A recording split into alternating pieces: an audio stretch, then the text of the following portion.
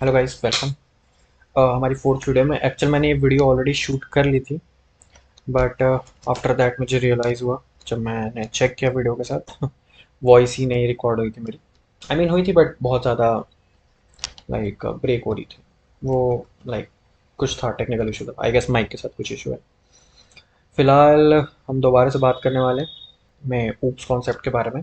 इससे पहले ऊप्स में हमने अभी तक 4 वीडियोस देखी हैं, जिसमें मैंने ऊप्स के बारे में बताया था, इनहेरिटेंस बताया था पहले वीडियो में। दूसरे वीडियो में मैंने हमारा जो पॉलीमॉर्फिज्म होता है वो समझाया था। तीसरे वीडियो में मैंने इनकैप्सुलेशन समझाया। और चौथी वीडियो जो अभी हम कर रहे हैं, इसमें बेसिकली मैं अब्स्ट्रैक्शन समझाने वाला हूँ। सिंस मैं ऑलरेडी पूरी वीडियो डिस्कस कर चुका हूँ, तो यहाँ पे एक आप देख रहे हो ऑलरेडी सब कुछ लिखा हुआ है, राइट। सो वही हम लेके चलते हैं। मोर ओवर जो उतनी एक्स्ट्रा चीज़ें मैं यहाँ पे बताता जाऊँगा, ठीक। सबसे पहले आज का एम क्या है? अब्स्ट्रैक्शन। सो अब्स्ट्रैक्शन के बारे में हम जानना चाह रहे हैं। अब्स्ट्रैक्शन होता क्या है, मैं आपको पहले ये समझा देता हूँ। Abstraction is nothing but we really don't want to show user कि चीज़ें कैसे काम कर रही हैं। हम केवल इतना जानते हैं, या ये कह लो कि यूज़र को सिर्फ इससे मतलब है कि बेसिकली काम हो रहा है कि नहीं। ठीक है, इससे मतलब उसको इससे कोई फ़र्क नहीं पड़ता काम कैसे हो रहा है, कहाँ से क्या इनपुट आ रहा है, कहाँ जा रहा है, डजेंट मैटर। आप ही को ले लो। आप कभी भी अगर एटीएम से अमाउंट को निकालोगे तो उस टाइम पे आपको मतलब नहीं है कि पीछे बैक एंड में मशीन के अंदर पैसे हैं नहीं हैं। अ, उसके अंदर मोटर से वो चेक हो रहा है, या जो कार्ड नंबर पिन नंबर जो भी सब चेक हो रहा है वो कैसे हो रहा है, डेटाबेस से कैसे डेटा आ रहा है जा रहा है, आपको मतलब नहीं है। आपका उतना ही मतलब है, कार्ड घुसाया, पिन डाला, अमाउंट डाला, अमाउंट लिया, एसएमएस देखा फ़ोन में कि हाँ एसएमएस आ चुका है, दैट्स इट। आपको उतना ही चाहिए। इसका अगर दूसरा एग्जांपल लेना हो, तो सपोज करो आपके पास रिमोट ले लो आप टीवी का। आपने कोई चैनल चेंज करना, आपने चैनल चेंज किया, अब वो इंफ्रारेड के थ्रू हो रहा है, उसके बैक एंड में इंफ्रारेड निकल कैसे रही है, कैसे उसमें सिग्नल पास हो रहे हैं, आपको मतलब नहीं है। तो ओनली मैटर इज बटन दबना चाहिए एंड वहाँ चैनल चेंज होना चाहिए। Correct. So this is abstraction का एक बहुत ही रियल वर्ल्ड एग्जाम्पल। बात करें, और मैंने यहाँ पे देखो एक लिखा हुआ है ABC. ABC is nothing but abstract base class. ये क्या है? This is a this is a module जो कि हमारे पाइथन में मिलता है हमें। रीज़न क्यों हमें एज ए मॉड्यूल मिल रहा है, प्रीडिफाइंड क्यों नहीं है? क्योंकि पाइथन बाय डिफ़ॉल्ट अब्स्ट्रैक्शन को सपोर्ट नहीं करता। वहीं दूसरे लैंग्वेजेस करते हैं बट अब्स्ट्रैक्शन को नहीं करता। हम इसको इम्प्लीमेंट करते हैं हमारे मॉड्यूल के थ्रू, जिसका नाम है ए सॉरी ए बी सी। ठीक है। सो यही रीज़न है कि मैं यहाँ पे देखो लिखा भी है, from A B C import A B C and abstract method. ठीक है, ए बी सी का फुल फॉर्म मैंने ऑलरेडी बता दिया, अब्स्ट्रैक्ट बेस क्लास और abstract method. So what is an abstract class and what is an abstract method? Let me tell you. So abstract method हम उस method को कहते हैं, या कह लो उस फंक्शन को कहते हैं जिसके अंदर डिक्लेरेशन होती है, बट उसके अंदर हम डिफाइन नहीं करते उसको कि वो कैसे काम करने वाला है, उसके अंदर की बॉडी नहीं होती। ठीक है, आपको मैं समझा, ये देखो, अरे हाँ मैंने यहाँ लिखा भी है, चेक करो। बेसिकली हमने यहाँ पे क्या किया है, ये जो डेफिनेशन है एरिया सेल्फ, ठीक है, और मैंने इसमें सिर्फ पास कर दिया, इसमें कोई भी वैल्यू या फिर कह लो इसकी कोई बॉडी नहीं है, बस मैंने पास किया। This is nothing but a abstract method. और इसको शो करने के लिए हम कंपाइलर को बताते हैं, बेसिकली हम कंपाइलर से कहते हैं दिस इज अब्स्ट्रैक्ट मेथड। उसका तरीका ये है, डेकोरेटिव लगा के, ठीक है, at the rate abstract method. और यही रीज़न है कि हमने ऊपर यहाँ पे इसको इम्प्लीमेंट भी किया, सॉरी इम्पोर्ट किया। सो अब्स्ट्रैक्ट मेथड ये है, डेफिनेशन एरिया सेल्फ पास। अब यहाँ पे हमने क्या किया, डिक्लेरेशन, लेकिन इम्प्लीमेंटेशन की नहीं किया। रीज़न, बिकॉज हम अब्स्ट्रैक्ट मेथड जो है, जो अब्स्ट्रैक्ट का तरीका है, वो सिर्फ और सिर्फ स्ट्रक्चर देने के लिए, हमारा जो भी, अगर हम ऑब्जेक्ट ओरिएंटेड प्रोग्रामिंग कर रहे हैं तो इसके कुछ तरीके होते हैं, इसके कुछ अपने उसूल होते हैं, तो उसके अकॉर्डिंग अब्स्ट्रैक्ट मेथड का हम यूज़ करते हैं सिर्फ और सिर्फ स्ट्रक्चर प्रोवाइड करने को हमारे कोडिंग के। जैसे कि फॉर एन एग्जांपल, अगर हम नॉर्मली जैसे class and parent class and child class वगैरह लेके अगर हम काम करते हैं तो भी सेम चीज़ हो जाती है, अभी मैं आगे बताऊंगा आपको। ठीक है, सेम चीज़ हो जाती है, बट हम एब्स्ट्रैक्ट मेथड का क्यों यूज़ कर रहे हैं?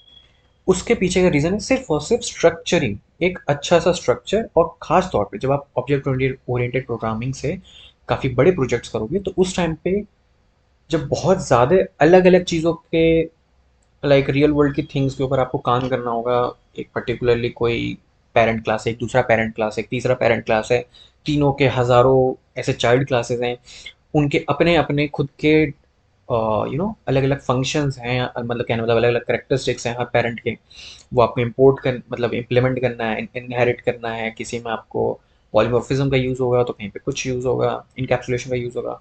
सो इन सब चीज़ों के बीच में ना आप कहीं ना कहीं ये खो जाओगे कि बेसिकली स्ट्रक्चरिंग हुई कैसे है। मेरा ये पर्टिकुलर जितने भी ये चाइल्ड क्लास चले आ रहे हैं ये किस बेस पे तैयार हुए हैं। तो वो बेस और वो जो स्ट्रक्चर है वो बेसिकली आपको एक अब्स्ट्रैक्ट मेथड प्रोवाइड करता है, अब्स्ट्रैक्ट मेथड का यूज करके अब्स्ट्रैक्ट क्लास प्रोवाइड करता है। So what is abstract class and what is abstract method. Abstract method तो मैंने आपको बता दिया, दिस इज नथिंग बट एक ऐसा मेथड या कह लो ऐसा फंक्शन जो कि डिक्लेयर्ड तो है बट इम्प्लीमेंटेड नहीं।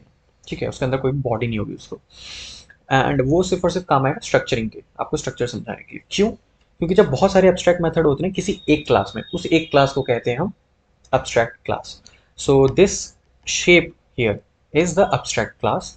This method here is the abstract method. अब इस abstract method के अंदर और भी abstract method हो सकते हैं। आपको करना कुछ नहीं है, एट द रेट लगाया abstract method आपने, और उसके अंदर अगेन आपने डेफ लगा के कोई भी एक फंक्शन दे दिया। तो उसका कहने का मतलब इस तरीके से आप बहुत सारे abstract method बना सकते हो। और ये सारे जितने भी आप बनाओगे इस क्लास के अंदर, इन क्लास के अंदर जितने भी फंक्शंस हैं, ठीक है, इन सबको आप कॉल नहीं कर पाओगे ऑब्जेक्ट बना के। क्यों? ये रूल है। रूल है कि आपका जो भी आपको अब्स्ट्रैक्ट मेथड्स को कॉल करना है, उनको यूज़ करना है, वो आप अपने चाइल्ड क्लास से करो। जो स्ट्रक्चर है बेसिकली, जो आपको मेन स्ट्रक्चर प्रोवाइड किया गया पेरेंट क्लास के अंदर, आप उसका ऑब्जेक्ट बना के उसको इम्प्लीमेंट नहीं कर सकते। अब बात करते हैं एक्चुअल में यहाँ पे जो हमारे पास कोड है एग्जांपल के लिए। ठीक है, सो यहाँ पे क्या है, हमारे पास अब्स्ट्रैक्ट क्लास है शेप नाम से। उसके अंदर देखो मैंने ए बी सी को, this is nothing but a shape is a sub class of A B C which is abstract base class. या आपको अगर मैं सिंपल लेमैन लैंग्वेज बताऊँ अभी तक जितना हमें नॉलेज है उस हिसाब से, कि ए बी सी एक क्लास है, उस क्लास का आपने एक चाइल्ड क्लास है जिसका है शेप, और वो शेप जो है बेसिकली वो हमारे कोड के लिए पेरेंट क्लास है। ठीक है, ये समझने के लिए सिर्फ, अदरवाइज एबीसी क्या है, ये जो एबीसी आप देख रहे हो क्या है, ये एक मॉड्यूल है बस। ठीक है, सो शेप हमने इसके अंदर एबीसी को क्या किया, इनहेरिट कर लिया, इसके सारी चीज़ें बेसिकली हेल्प करेगा स्ट्रक्चरिंग वगैरह में। और इस क्लास के अंदर जब भी आपको अब्स्ट्रैक्ट मेथड डिफाइन करना है तो आप इस तरीके से करोगे, abstract method at the rate लगा के अब्स्ट्रैक्ट मेथड, एंड देन उसके नीचे आप अपना फंक्शन लिख दो जिसके अंदर कोई भी बॉडी नहीं होगी। ये सिर्फ स्ट्रक्चरिंग के लिए यूज होता है।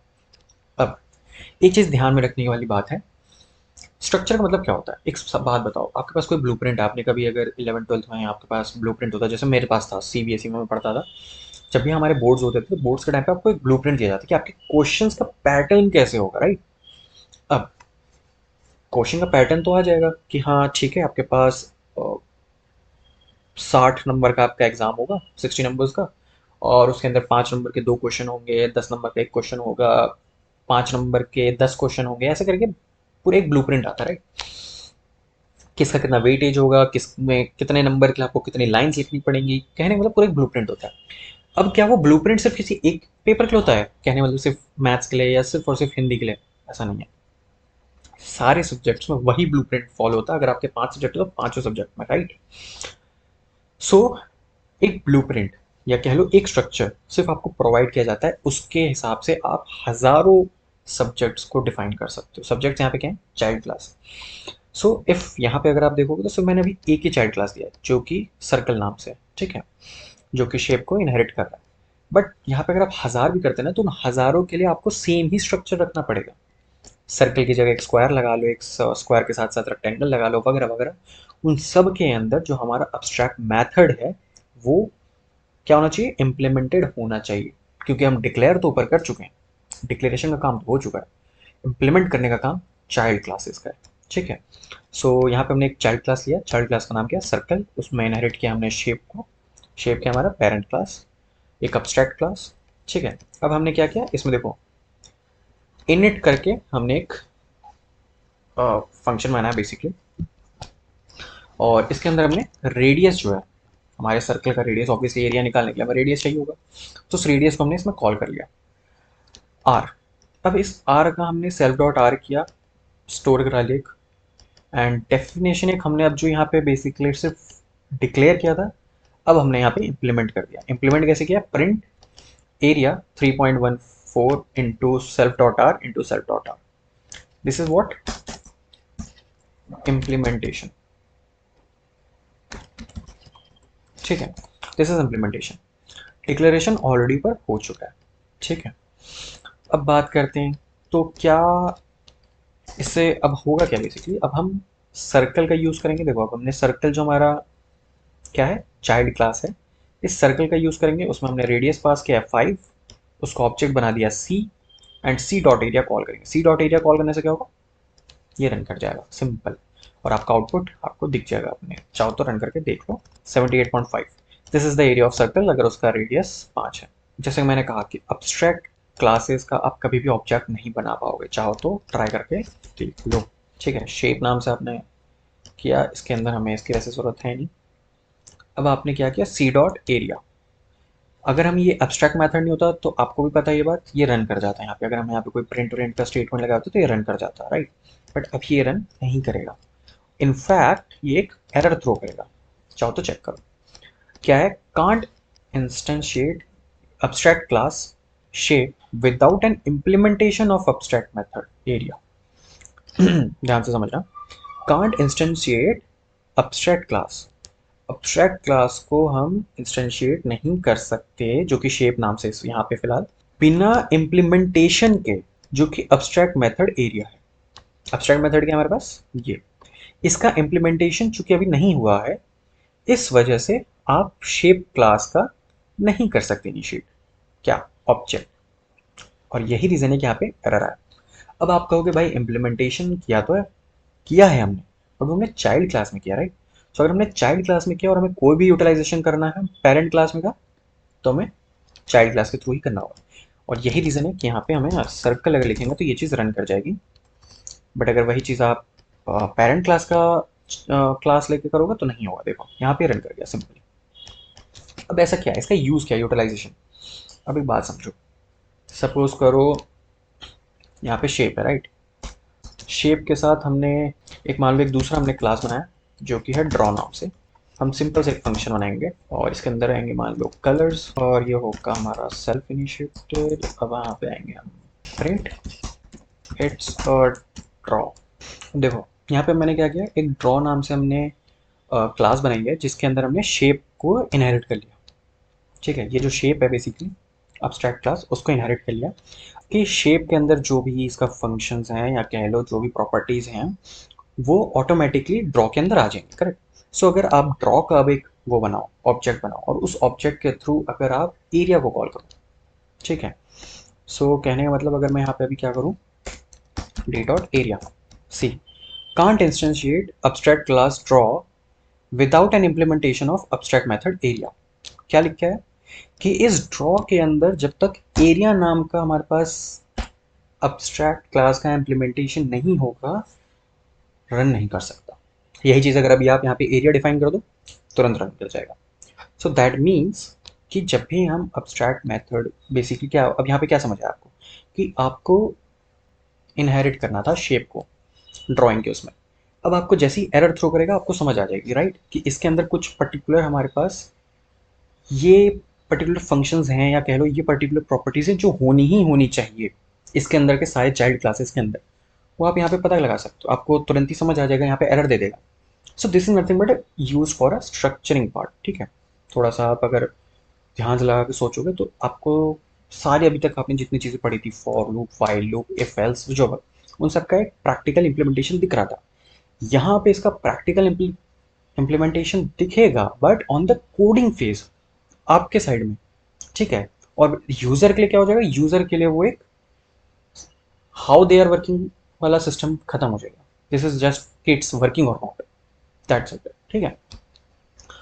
फिलहाल के लिए अब्स्ट्रैक्ट क्लासेस के अंदर यही है। कोशिश करते हैं नेक्स्ट वीडियो में हम क्या करेंगे कि अब्स्ट्रैक्शन, इनकैप्सुलेशन, इनहेरिटेंस और पॉलीमॉर्फिज्म, इन चारों का यूज़ करके हम एक कोड बनाएंगे, एक अच्छा सा कोड करेंगे, और उसका हमें एक काम करेंगे वीडियो के अंदर ही रिव्यू भी करेंगे, ठीक है, कैसे काम कर रहा है। और मोर ओवर उसके बाद जैसे ऊप्स का कॉन्सेप्ट ये अभी खत्म हो जाएगा, देन हम एक अभी तक की जितनी हमने कोडिंग सीखी है पाइथन में, इन सब का यूज़ करके कुछ अच्छा सा कोड करेंगे। 2-3 प्रोजेक्ट्स करेंगे, एक प्रोजेक्ट्स करेंगे, आई डोंट नो, मैं भी देखता हूँ, सर्च करता हूँ थोड़ा, कुछ अच्छे अच्छे आपके लिए प्रोजेक्ट्स लेके आता हूँ, देन हम उस पर बात करेंगे, ठीक है। That's all for today guys, and let's meet on the next video.